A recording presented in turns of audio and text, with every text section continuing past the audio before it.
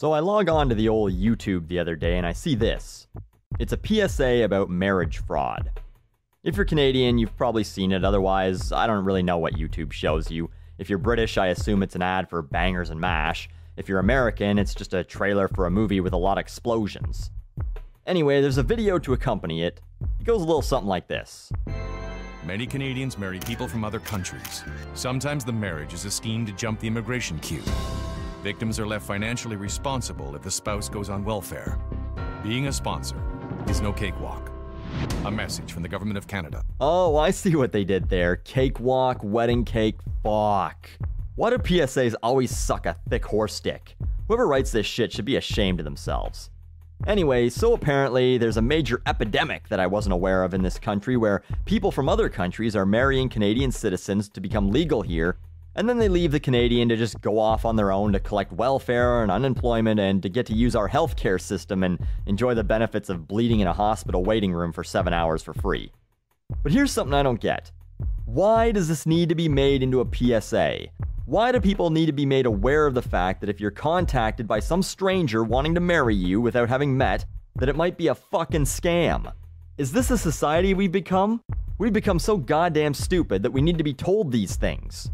You know the guy from Nicaragua or wherever the fuck that just sent you the email telling you he's a prince and he needs to put $500,000 in your bank account for a couple of weeks? You know he's bullshitting you too, right? I say if you're stupid or lonely enough to marry someone you barely know, or you're willingly offering yourself up for this kind of money, you're not a victim any more than you would be if you were offered $10,000 to take a sledgehammer in the nuts and you accepted it. I also don't understand why the government doesn't just make it a law that in order to maintain your citizenship this way, you have to stay married. That would screw over the scammers, wouldn't it? I mean, I'm sure there are people who meet, and one person just happens to be an immigrant, and after a few years of dating, they get married because of that whole love nonsense, and now the person that's an immigrant gets to be a citizen, and that's fine because they wanted to be married for some stupid reason.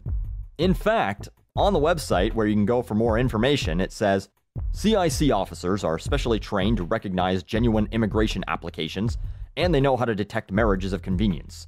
They use several methods to uncover marriage fraud, including document checks, site visits, and interviews with sponsors and applicants. I'd love to see the site visit. Alright, you two, fuck in front of us. And if I'm not feeling the passion from both of you, this is a marriage of convenience, and you'll be arrested for fraud against the Canadian government. While they're at it, why don't they investigate all the other marriages of convenience? Little gold diggers that marry rich old fuckers for their money. People that marry because they fucked up and had a kid together.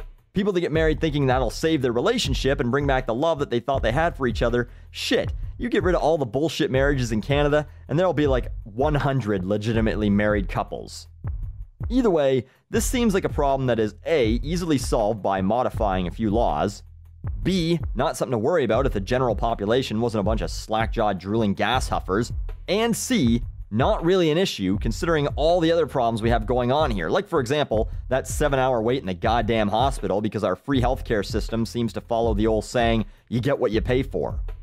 The thinking behind this also seems a little too American for my tastes.